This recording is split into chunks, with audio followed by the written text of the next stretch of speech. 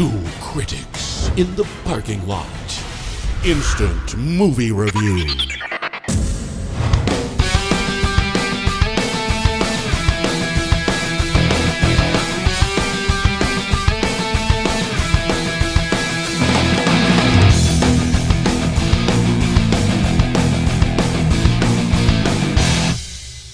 Steve Samples here for the Instant Movie Review. We're at the world premiere of Thor. And we're actually this is the red carpet right now. This is where everybody's gonna be walking. This is gonna be a monster movie. This is the next step in the Marvel legacy. Every movie's been fantastic. We got a new director on this one. We're gonna see some of the actors coming in. We hopefully get a chance to talk to some of them. And then tonight, what's really exciting, usually we work the red carpet, we're out. Tonight we're gonna see the movie with the actors in the crowd. Okay guys, I just got the tip sheet here. This is who's supposed to be here tonight. We got Tom Huddleston, he plays Loki. Anthony Hopkins, Renee Russo plays Frigga. We got Jamie Alexander, Kat Denning, Ray Stevenson. Who else is there? Idris Elba. He was in The Losers. He's badass in that. Clark Gregg, who actually played the agent, what do you call it? The Agent Coulson from the last Iron Man that kind of rolls you in. Because remember with Marvel, you kind of end on a movie like Iron Man and you watch after the credits and something else happens. That's how we found out Thor was going to be the next one. It followed up after the credits. Everybody is in this thing. Look at this, guys. This is the red carpet. Most red carpet events, you got like 4 people's faces on this. So they give us these tip sheets to help us out. Matter of fact, check all the people behind it. They're just starting to look behind you over there. People are just starting to stack up now. Now we're a couple hours away from this red carpet even happening, and people are already loaded up on the rails over there. And this is a big deal. This is a big deal. Hollywood does this right. This thing is literally 2 blocks down past the Chinese theater. It's really fantastic. Hey, Doug. Hey, Steve Samples, how are you? You are familiar. I met you before. We have met before. I'm with Doug Jones, and Doug plays the coolest characters in movies in general. Okay, you were underwater almost all of Hellboy. Yeah. Or when you were bubbling around. I was bubbling. I had goggles on with bubbles. And then the Silver Surfer. Yes. Dude, I mean, that's an iconic character to play. I love him. But the reason I'm here is because I'm a member of the Marvel family, having played the Silver Surfer in the Fantastic Four sequel. Absolutely. And I'm here to watch one of my comic book brothers come to life on the screen in a big, huge, amazing way. How exciting is this? That's really exciting. Well, you know, when they have 2 theaters rented out and the street blocked off and fans lining the barricades, this is Highland and Orange. I mean, have you ever seen anything like this before?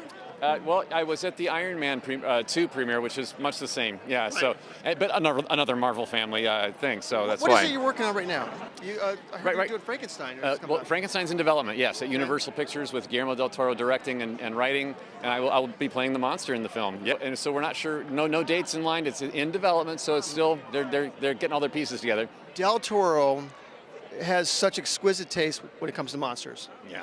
I mean, he's gonna create something that we've never seen in Frankenstein before. Are you feeling that? No, I can promise you that, because it's when I first heard that he wanted me for his monster, I was like, okay, Boris Karloff, big. Right. I'm not that. So then I saw the design, because it's based on Bernie Wrightson's artwork, and Bernie Wrightson illustrated Mary Shelley's Frankenstein in more recent years. Okay. So there's a hardcover book that you can get from Dark Horse Publications on that. I got that book. I saw those pictures. Oh my gosh, that's my Frankenstein. Yeah, that's the one. Did you just feel it that's what Frankenstein should have been about all this time? Yeah. Well, that's the one that I could relate to, because I'm a skinny guy, and he's more sinewy and he's pathetic, sympathetic, and athletic. He's all those things, and sewn together with spare body parts. And Del Toro wants to explore the father-son relationship between the creator and the monster. In a way that's going to make us all feel something we never felt with the Frankenstein movie. We talk. Marvel just loves their fans and loves their characters. They really, they treat them so well. Yeah, they do. I mean, from the fans to the way they shoot movies. Thor is a very interesting character because he's not from here. Right. And so that's so much. I mean, and whereas Silver Surfer, you were just here. You know, it wasn't like we had a whole big backstory, you know? Yeah, well, I think Silver Surfer, I did come from another planet, but I was like a kind of a mortal being on that planet, much like an Earthling would be. And there was a very parallel type story. When I found Earth, it reminded me of my home planet. Jessica Alba's character, Sue Storm, reminded me of my love that I lost. Right. So there was kind of a human, story there. Thor is a god who has fallen from grace and hits Earth, boom. Hard. So it's not like a guy who got a DNA mishap and became a superhero. Right. No, he's got powers that come from the ethereal. So I'm excited to see how I love fantasy movies, and that's the portion of the film I want to see where his origins are. That's what I'm most excited to see myself. Right. We saw the clips, and it's just wow, mind-boggling, right? Dude, it's gonna be fantastic. Dude, thank you so much for talking to us. Thank you for having me. Congratulations on the Frankenstein thing. I can't wait. Guys, this is amazing. According to the people we're talking to, this is literally one of the biggest red carpets Hollywood's ever had. All the stars are here, but it's physically huge. The movie is actually screening at the El Capitan and at the Chinese Theater at the same time, in both theaters at the same time. What an amazing event. We're still waiting for Chris, who plays Thor in the movie, and we're crossing our fingers we'll get a chance to talk to him. Okay. And I'm with Joseph Gad, who plays, what's your character's name? Grundroth. I'm one of the main Frost Giant characters. So we catch you at the beginning of the film? Basically throughout the whole movie. I mean, there's a huge, large sequence of a big battle sequence at the beginning of the movie, but us Frost Giants are in it pretty much all the way through. When did you guys actually shoot this movie? My goodness, was it a year ago? 2 years? A year? You know, it was end of 2009, beginning of 2010. Now, have you seen the final cut yet? Yes. Did you see it with a big crowd yet? I went to a press screening a couple of nights ago. Okay. And it's pretty good. It's pretty good. Now, did you see it in IMAX 3D or what was it? No, just regular 3D. Okay. Just regular 3D. I just think IMAX is going to be unbelievable. Unbelievable. It looks pretty good in regular 3D. I can imagine in IMAX 3D it's going to look pretty spectacular. It's a very epic-looking movie. Oh, is it? Yeah, I mean, the way it's been shot, it tells a huge story. What was your director's name again? Kenneth Branagh. He's famous for doing Shakespeare. He's done lots of different types of work, but he's really famous for that kind of thing. But he managed to bring a look to this movie which is truly epic. I mean, really, without blowing the trumpet too much, which is what I'm supposed to do anyway, it really is big. It's almost along the lines of like Ben-Hur, that kind of thing. Cleopatra? It's really spectacular looking. But in that, the performances, he's really gone into real detail with the performances and the actual individual characters. So that's always an issue with an epic, that you give up the inner person, that the actors, and give away or defer over to the big look. So you're saying he basically got into you guys as well as the look at the same time? Oh, absolutely. I think that was his primary thing.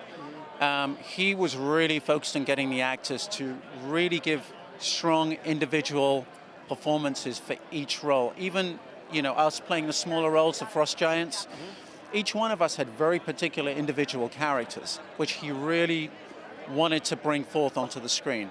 It's amazing. And then, the DP did all the really difficult work of making it look so spectacular. It was just incredible. Well, the buzz is just extraordinary. Everybody's here.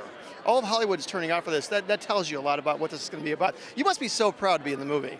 Oh, I'm over the moon. I can't believe I'm responsible for the 4th time of having Hollywood Boulevard closed. Well, I mean, not really me personally, but I just finished working on the Wonder Woman TV pilot. Did you really? Right here, they closed Hollywood Boulevard for 3 nights. Unbelievable. So, well, listen, it was so nice talking to you. Thank you great so meeting much. to you. And I'm going to see the movie tomorrow in IMAX 3D. You're going to love So it. I'm so excited about You're this. gonna love Take it. care. Thank you. And Asano-san, he plays Hogun in the movie. Yes. This character, can you tell us a little bit about who this character is? この浅野さんのキャラクターのことを教えてくださいって。どんなキャラクターなんですか？そうですね、僕は寡黙な選手で本当にいつもソアと一緒にいて戦ってっていう、戦いのことしか考えてない男が僕ですね。Very quiet and one of the 3 musketeers and always support Thor and the character is always thinking about battle, fighting. He always wants to fight. He always wants to fight. So to choose this movie, Marvel Comics is very exciting. In Japan, Marvel is very big as well. Was this an important role for him to acquire? この役はこの役をやることになった時非常に嬉しかった。この役をやることが非常に浅野さんにとって重要なことでしたでしょうか？そうですね、重要なことだと思います。はい。Yes. For him to do this character. And has he seen the movie yet in front of an audience? 観客と一緒にこの映画ご覧になりましたか？いえ、初めてですね。Okay. Well, please tell him to enjoy the movie. We're very excited. Everybody is talking such praise about this movie. We think it's going to be a very, very exciting movie. もう見た人がみんな素晴らしいって言ってるんで、ものすごくエキサイティングな映画になるでしょう。ありがとうございます。ありがとうございます。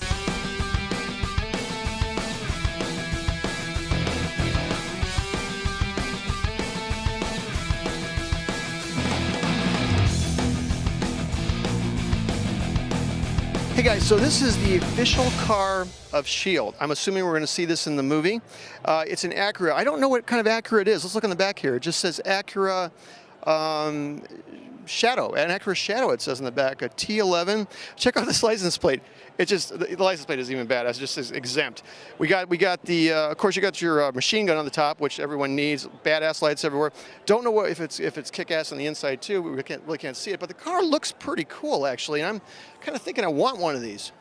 I'm with Josh Fine. Now this is very exciting to me because you are actually one of the producers. Yes, actually the Avengers cartoon series featuring Thor prominently. And Obviously with animation you could do anything.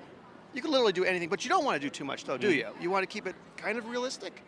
we try to base everything in reality, but then push the stakes as big as they can possibly go. So when you get a team of superheroes that's got all these incredible guys in the lineup, it's just, you know, it's got to be threats like you could never possibly imagine. You know, the entire world is at stake. You've got huge hordes of invading forces that these guys are going up against. What's always interesting about Marvel's characters, I think, is that it's this cool juxtaposition of these incredibly action-packed, huge stake adventures, but then very human characters. You know, they all have internal turmoil. You know, there's infighting between the guys, and it's just, you know, everybody gets a character arc over the course of the story too, which is cool. With Iron Man and Captain America, they're really rooted in the world, where Thor is obviously a god from another place.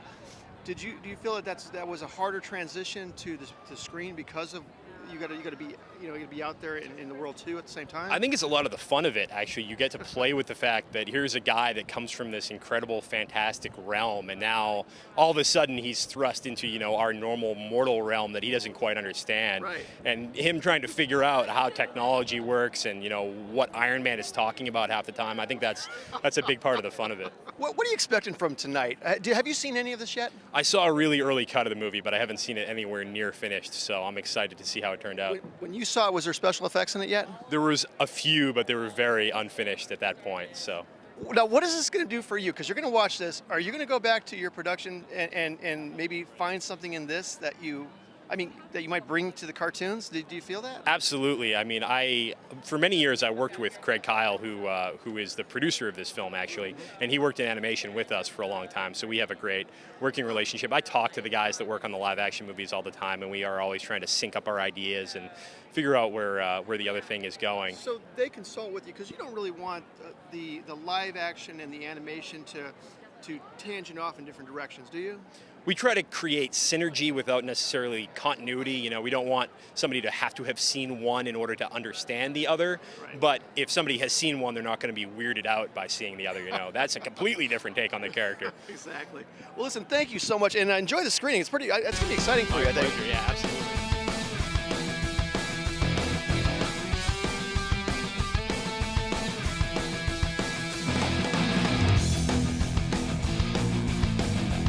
I'm with Eric Carroll, and you were one of the executive producers of the movie? I'm a creative executive. Yes. Now tell me what that means exactly, because that sounds really cool. Depends on the day. Depends on the day. Girls walking on the red carpet. So Well, yes, that was Victoria Alonso, our VFX producer. She's amazing. Okay. She's great. Well, it depends on the day. What I do is I'm sort of I work for Craig Kyle, who's the creative producer of the film. He's one of the co-producers, and he's the expert. He's the guy that Marvel pays to know everything about Thor. He's the guy that if Ken Branagh has any questions, any of our partners, you know, Hasbro, Acura, they have questions. Right. They come to Craig, and whenever I can, I take as much fire as I can for him, so that so his desk doesn't get too piled up. You're like his armor, is what you are. I try, exactly. Yeah, exactly. I'm his first line of defense, you know. So tell me about Thor, about the production schedule. Absolutely. How long were you guys in production on Thor? We shot from January to probably about 4 months, because I believe we shot from mid-January till about mid-April, if that makes sense. We were in post-production from about April until, you know, a month ago, give or take. Really? Yeah. So you guys literally just wrapped the final cut, and you're at the red carpet already. Yeah, absolutely. We were working, and this is the first movie we've done in 3D, so learning about that process. But I think it looks great. What do you think about 3D? Do you feel that do you want to just stay with your normal feel of the video of the movie, or do you try to step up and do things because it's 3D? No, absolutely. I think what you try and do is you shoot the movie the best way possible. You shoot the movie the way you think tells the story best, and anything that compromises that is unnecessary. And I think the movie was shot the way Ken Branagh wanted to shoot it, and then 3D was something we brought to the table. But exactly. I'm really interested in that because a lot of times we see movies in 3D that they go out of their way to poke things at you, and they try to make 3D be another character, and it's not. Absolutely. It's a nicer lens, isn't it? Couldn't agree more. Yeah, absolutely. It's something else. It brings a little more. It helps us tell the story, but it's not something you build scenes around. You haven't seen this in front of a crowd yet, have you? I was actually lucky enough to see it with a crowd, absolutely, and they absolutely loved it. We went to myself and Craig Kyle, the co-producer, were privileged enough to see it with one of the first two audiences to see it. They didn't know what they were going to see. It was far away from LA, so it wasn't industry professionals, no buzz on the street, right? And it was an absolute blast. It was an absolute blast. When you do a screening like that, where the two of you are in there, do you take any notes and say maybe we should tweak this? Does anything happen there, or you're done? Well, anytime you were screening, you're paying attention, absolutely, and we do take notes, whether or not there's time to do anything about it. Depends on what stage in the process that screening is. You know what I mean? So this particular one was after the Australian premiere, I believe. So at that point, we just took notes for our own. Right, exactly. Exactly. Dude, enjoy the screening. Thank you so much for talking to us. I really appreciate it. Really appreciate it. Absolutely. I am with Five-O and Boo Boo Stewart, and now we all know you from Twilight, obviously. A little movie, a little independent done. But I understand that you've got something really exciting that you start filming next month. Yes, June 7th, we actually both are going to start filming a movie called Jake Stevens, The Last Protector. He plays Jake. He's a superhero. Really? Yeah. And then, yes, sir. And where does that movie come from? Is it a book or was it a cartoon or something? It's an original screenplay, but it's it's a cool take on how comic books transfer into real world. Good way Like of it's a really neat way. Are we talking about like Kick-Ass type of thing, or? More like Scott Pilgrim, The Last Protector. Scott Pilgrim, The Saves the World. I love that movie, by the way. It's a great movie, right? Yeah. It's amazing. Yeah. Who are you working with on it? Right now it's just us, but still like working, and we have a start date. Yeah. I actually just found out that I have to dye my hair like this color. And I've been trained. What? Yeah, What? No, the red? Yeah. Like Electra red? Dude, really? So you guys decided to put this together yourself. Is that what you did? Well, it's a long story how we got Kinda, involved, but yeah. The people that are directing it are really cool people. They're and amazing. They brought us on, and it's Sean and John Dunson. It's twins. And we're actually working on our album right now. It's electro pop, alternative rock. So I didn't know you guys could sing. Yeah, a lot of people don't know. I started out in music. Yeah. They always say, oh, he's gone like from film to singing like everyone, but he's I've always actually. done. I did music first, then I started acting. Yeah. So. So what do you guys think about Thor? What are you expecting from this movie? You obviously have read the comic books, I would assume, and the cartoons. But what do you expect to see in this IMAX thing? I just want to see like visually like amazing and like cool just fight as a red scenes. carpet so far, just looking at this really gives you an example about how the movie's gonna be. Do you know what that is? That's his like ultimate Throne. like throne. No, that is actually Anthony Hopkins' throne they used in the movie. Well, that's the real one. Oh my God. That's the real one. And this tells you what a great company Marvel is. They actually took that throne with all that stuff, took it to Comic-Con, and let people sit on it. Like my fans, gosh. right? I bet there was. gosh. That's amazing. I think you guys are seeing it in 3D and IMAX tonight too. We are. Oh my gosh, really? Because there's so many 3D movies that are coming out now where it's like that didn't have to be in 3D Right. type of thing. You are so right. I've been seeing these over and over again. I'm like I'm a movie critic, and so I go to these and I'm going like, why? Yeah, I mean, it could just be as regular Like as a IMAX. movie, and then it'd be just the same thing. Like IMAX is awesome. I think it Right. really makes it stand out. But like a lot of movies, it's like that didn't really have 3D to be in means 3D. something like coming at you, and like some movies aren't coming at you. Now, guys, thanks so much for talking to us. Enjoy the movie, and you. good luck on your new movie.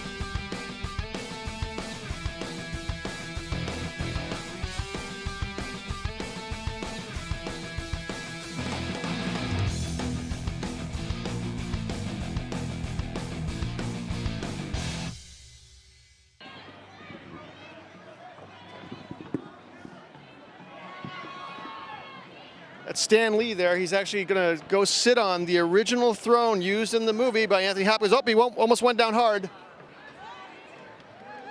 Must be an exciting moment for him.